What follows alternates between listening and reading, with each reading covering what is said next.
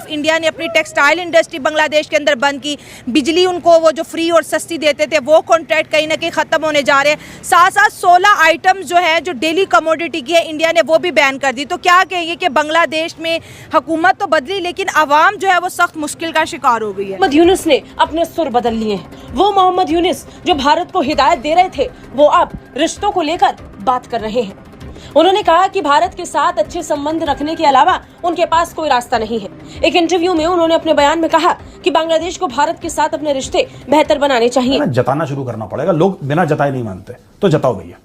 अब जरूरत है कि हम बताएं कि हमने क्या किया आपके लिए, क्या किया है और आगे क्या कर सकते हैं, और थोड़ा सा हल्का वो करो कि इतना ज्यादा इतने ऊंचे सुर मत। जो इनको पता नहीं क्या कॉन्फिडेंस है किस चीज में, मुझे बांग्लादेशियों की ये बात समझ में नहीं आती, और क्यों इतना हल्ला कर रहे हैं। A person who is doing good to you, why should you do bad to him. Bangladesh के साथ रिलेशंस की बात की जा रही है आजकल, लेकिन अब जो है सिचुएशन जो है बहुत ज्यादा बदल चुकी है और हम यही देख रहे हैं कि बांग्लादेश और भारत के बीच में अब वो पहले जैसे रिलेशंस दिखाई नहीं देते। अच्छा, मुझे बताएं बांग्लादेश को इसका फायदा होगा? क्योंकि देखा जाए तो इंडिया उन्हें काफी चीजों में हेल्प कर रहा था, मतलब जैसे उन्हें इलेक्ट्रिसिटी प्रोवाइड कर रहा था, उन्हें गैस प्रोवाइड कर रहा था, और अब वक्ती तौर पे उस पर काम रोक दिया गया, स्लो डाउन कर दिया गया। क्या कहना चाहेंगे, ये इसका बांग्लादेश को जो है वो समझ ले के नुकसान उठाना पड़ेगा या इंडिया ने पनिशमेंट दे दी? जरूरतों और भारत के साथ अपने लंबे परिचय के कारण, और इसलिए भी क्योंकि हमारी बहुत सी चीजें एक जैसी हैं, हमारा एक साझा इतिहास है, इसलिए बांग्लादेश के पास भारत के साथ अच्छे रिश्ते रखने के अलावा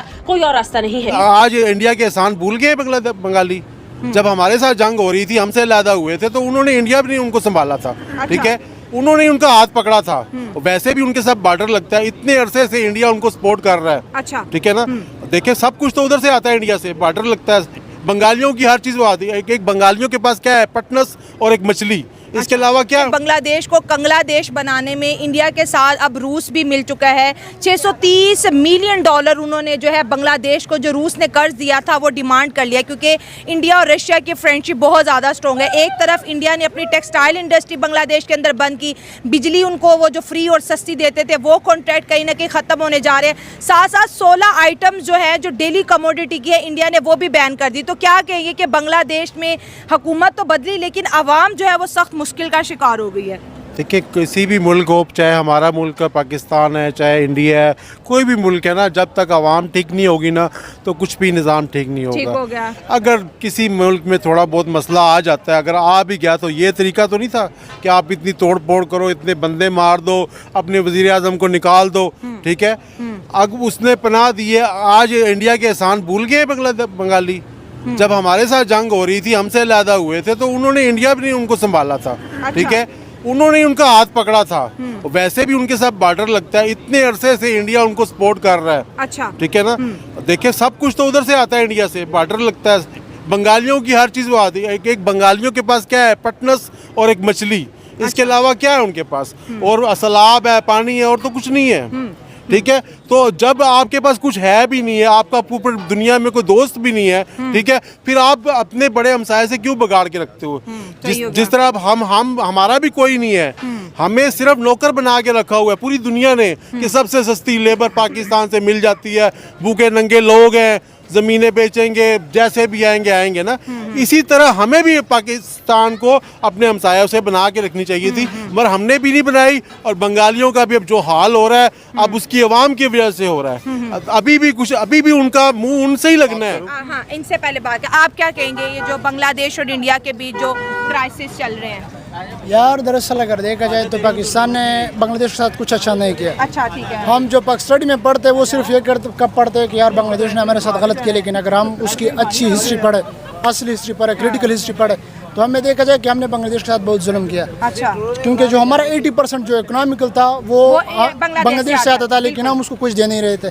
जब मुजीबुर रहमान वहाँ से पास हो गया तो हमने उसको गवर्नमेंट नहीं दी। हमने यहाँ पर अच्छा वो तो कर दिया, वो जब आज़ाद हो रहे थे तो हमने वहाँ पर इतने वो कर दी, जुल्म कर दी, लोगों को जख्मी कर दिया, लोगों ये औरतों के वो गलत काम उसके साथ कर दिया। 2 लाख वॉर बेबीज पैदा हुए हैं, 2 लाख नाजायज बच्चे। अच्छा, वो नहीं दिखाते कि जिन लोगों की पतलूनी उतारी गई थी वहाँ पर, वो क्यों नहीं दिखाते लोग? ये 93,000 जो आर्मी थे वहाँ पर जो पतलूनी उतारी गई थी, वो क्यों नहीं बताते ये लोग? ये सिर्फ पगडंडी में हमें ये बताते कि यार मुझे बरनामा नहीं वो सियासतदानों की वजह से हुआ था। बताएं बांग्लादेश को इसका फायदा होगा, क्योंकि देखा जाए तो इंडिया उन्हें काफी चीजों में हेल्प कर रहा था, मतलब जैसे उन्हें इलेक्ट्रिसिटी प्रोवाइड कर रहा था, उन्हें गैस प्रोवाइड कर रहा था और डीजल प्रोवाइड कर रहा था। और डीजल की जो पाइपलाइन है, मतलब इंडिया बांग्लादेश फ्रेंडशिप पाइपलाइन, वो अब वक्ती तौर पे उस पर काम रोक दिया गया, स्लो डाउन कर दिया गया। क्या कहना चाहेंगे, ये इसका बांग्लादेश को जो उनसे वो समझ ले कि नुकसान उठाना पड़ेगा, क्या कहेंगे? देखिए, नुकसान तो नहीं उठाना पड़ेगा, या इंडिया ने पनिशमेंट दे दी?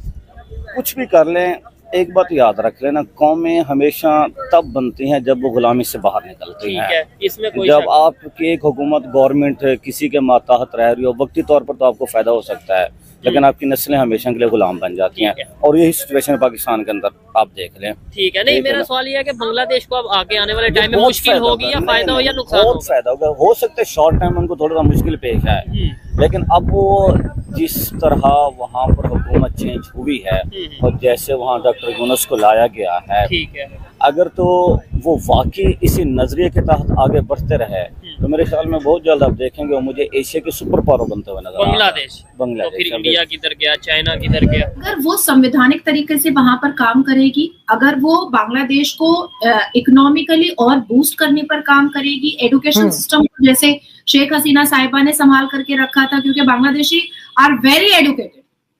मैं बांग्लादेशी कई जर्नलिस्ट के साथ इस दौरान बैठी हूँ, मेरी एकदम फेस टू फेस बात हुई है। दे आर वेरी इंटेलिजेंट, और बांग्लादेशी मुस्लिम्स और हिंदूज, हर रिलीजन जो है वो बहुत एडुकेटेड होते हैं। तो एजुकेशन सिस्टम को और सारी चीजों को अगर बायस नहीं बल्कि बैलेंस तरीके से अगर संभालने को तैयार है और ये टेररिज्म वाला दिमाग से निकालने को तैयार है, तो भारत के रिश्ते अच्छे रहेंगे, डेफिनेटली अच्छे रहेंगे। और दूसरी बात कि अगर जिस तरीके से जमाते इस्लामी, हिफाजतुल इस्लाम और उसके बाद फिर और भी 3 फुटिया मौलाना, 4 फुटिया मौलाना और रजाकार वहां पर जिस हिसाब से काम कर रहा है, और जो एक भगदड़ का माहौल और एक जंग का माहौल जो छेड़ करके रखा है, और खास करके हिंदुओं पर जो अत्याचार हो रहा है, ये अगर कंटिन्यू रहेगा तो भारत के रिलेशन बांग्लादेश से बेहतर नहीं होंगे। जय हिंद दोस्तों, तो इस वीडियो में पाकिस्तानी मीडिया चर्चा कर रहा है कि भारत का बॉर्डर बांग्लादेश से काफ़ी बड़ी तादाद में मिलता है और लगभग कह सकते हैं बांग्लादेश भारत पर पूरी तरह से निर्भर था। लेकिन अब बांग्लादेश के जो नेता हैं वो इस समय धमकियां दे रहे हैं भारत को, जैसे कि कुछ समय पहले मालदीव दे रहा था। मालदीव को अकल आ गई, क्योंकि जब पेट पर लात पड़ती है ना तो सबको अकल आ जाती है, तो बांग्लादेश को भी अकल आने वाली है, क्योंकि वहाँ पर महंगाई बहुत तेज़ी से बढ़ रही है। कोई भी कंपनियां वहाँ पर ऑर्डर देने के लिए तैयार नहीं है। जो टेक्सटाइल उनकी कंपनी थी उसे अब कंपनियां ऑर्डर देने के लिए तैयार नहीं है, क्योंकि उनको पर डे प्रॉपर सामान चाहिए, जो डिलीवरी उन्हें चाहिए वो वक्त पर मिलनी चाहिए, उसी कंपनी के पास वो जाएंगी, इसलिए वो भारत तलाश रही हैं। तो जो दुनिया भर की जो कंपनियां थीं जो टेक्सटाइल से वहाँ से कपड़ा लेती थी वो भारत से लेना स्टार्ट कर रही हैं। उनका कहना है कि बांग्लादेश अब सुरक्षित देश नहीं है, वहाँ पर हमारी डिलीवरी समय पर होना अब लगभग नामुमकिन सा है। तो इसके कारण हमें भारी नुकसान उठाना पड़ सकता है, इसलिए हम दूसरी कंपनियों की तलाश कर रहे हैं। और अफ़गानिस्तान बांग्लादेश के लोगों को ये पता शायद ना हो कि अगर उन्हें अपनी टेक्सटाइल कंपनी चलानी है तो पहली बात तो स्थिरता रखनी होगी देश में, वो बहुत मुश्किल से दिखाई दे रही है। और दूसरी बात, बिजली की ज़रूरत होगी तो अब अमेरिका तो वहाँ से बिजली भेजेगा नहीं, कोई छड़ी तो है नहीं कि उधर आसमान में भेजेगा और बांग्लादेश पहुँच जाएगी। बिजली तो आप इधर से ही ले रहे थे, खुद बनाने की क्षमता आप लोगों में नहीं है, क्योंकि पाकिस्तान जैसी विचारधारा आपकी है।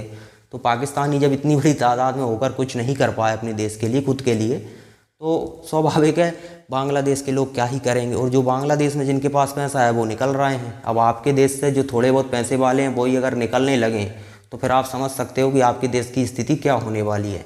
क्योंकि जब जहाज़ डूबता है तो चूहे सबसे पहले भागते हैं, ये आपको पता होना चाहिए। तो वही बांग्लादेश का अब हो रहा है। और बांग्लादेश को देखो भारत टाइट कर रहा है, भारत का टाइट करना ज़रूरी है, क्योंकि ये लोग अब जिस हिसाब की भाषा का भारत के लिए प्रयोग कर रहे हैं तो वो मुझे नहीं लगता कि ये भारत सरकार इनको टाइट करे बिना नहीं मानेगी। क्योंकि भारत सरकार तब तक टाइट करेगी जब तक ये लाइन पर नहीं आ जाते, क्योंकि ये भारत के पड़ोसी हैं। तो यहाँ पर विदेशी हस्तक्षेप हो वो हम बर्दाश्त नहीं करेंगे। तो हम पहले इन्हें आर्थिक रूप से ऐसा कर देंगे कि ये कहीं के नहीं रहेंगे।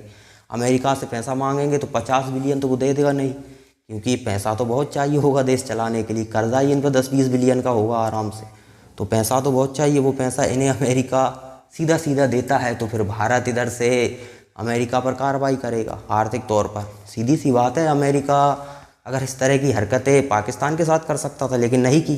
भारत से वो रिश्ते ख़राब करना नहीं चाहता लेकिन साजिशें भी करना चाहता है, तो भारत अब उसे उसी की भाषा में जवाब दे रहा है। तो बांग्लादेशी अगर इस भ्रम में हैं कि अमेरिका हमें चला रहा है तो अमेरिका हमें मदद देगा, तो इस भ्रम में ना रहें। खाने आप पैसा दे सकता है आपको, चलो मान लीजिए $50 बिलियन आपको दे दिए अमेरिका ने, आप चीज़ें कहाँ से मंगवाओगे? चीन से, बहुत दूर पड़ता है, पाकिस्तान से ले नहीं पाओगे। अमेरिका से तो फिर लगभग 10-20 गुना आपको कीमत चुकानी पड़ेगी चीज़ों की। तो आज जो चीज़ 100 रुपये में ख़रीद रहे हो तो वो 1000-2000 रुपये में ख़रीदोगे आप, तो फिर आप समझ लीजिए कि महंगाई क्या हिसाब से बढ़ेगी। और इस तरह से महंगाई बढ़ेगी तो फिर खाने की पूर्ति नहीं कर पाओगे। बाकी चीज़ें तो ठीक है, देश दूसरों के भरोसे नहीं चलता है। पड़ोसी देश एक भारत जो आपको बिजली दे रहा है आपकी, क्योंकि देखिए हमें संभालना ज़रूरी था। बांग्लादेश हमारे लिए ज़रूरी है क्योंकि पड़ोसी है। यहाँ पर हमारा दुश्मन अमेरिका या चीन आकर बैठे तो ये हमारे लिए ठीक नहीं है। इसलिए हम इन लोगों को हमेशा बजट भी बनाते हैं इनके लिए, इनकी मदद भी करते हैं। भारत सरकार इसलिए मदद करती है। लेकिन भारत का एक, जैसा कि प्रधानमंत्री ने कहा था कि भाई हम चाहते हैं कि हमारे पड़ोसी शांति से रहें, लेकिन अब वो शांति से रहना नहीं चाहते तो फिर उन्हें उनकी भाषा में जवाब देना ही पड़ेगा। पाकिस्तान को दिया ना तभी तो लाइन पे आया, और अभी मालदीव को दिया था तब वो लाइन पे आया, तो बांग्लादेश को देंगे तो बांग्लादेश भी लाइन पे आ ही जाएगा। अभी क्या है कि नया है तो थोड़ा अभी इनको अनुभव नहीं है कि आगे भविष्य में क्या होने वाला है। देश चलाना इतना आसान नहीं है। छोटे मोटे देशों को अगर सर्वाइव करना है तो उन्हें किसी बड़े देश का सहारा लेना ही पड़ता है, और अगर वो पड़ोस में हो तो ठीक है। अगर दूर के देश का आप सहारा लोगे और पड़ोस में डेंजर देश बैठा हुआ है उससे दुश्मनी लोगे तो बहुत महंगा पड़ेगा। जैसे कि यूक्रेन को पड़ रहा है, रूस का पड़ोसी था, अमेरिका के भरोसे आज देश की क्या स्थिति हो गई। भले वो अब रूस पर भारी पड़े या भारी ना भी पड़े, लेकिन रूस का तो कह सकते हैं कि उतना कुछ विशेष बिगड़ा नहीं है। उसका इनकम तो वो हो रही थी उससे ज़्यादा हो गई, ऑयल बेच रहा है वो तगड़ा, लेकिन यूक्रेन की बैंड बच चुकी है। तो बांग्लादेश में जो सत्ता में बैठे हुए लोग हैं अगर उनकी समझ आता है तो ठीक है, और नहीं आता है तो फिर भारत तो कार्रवाइयाँ करेगा ही करेगा।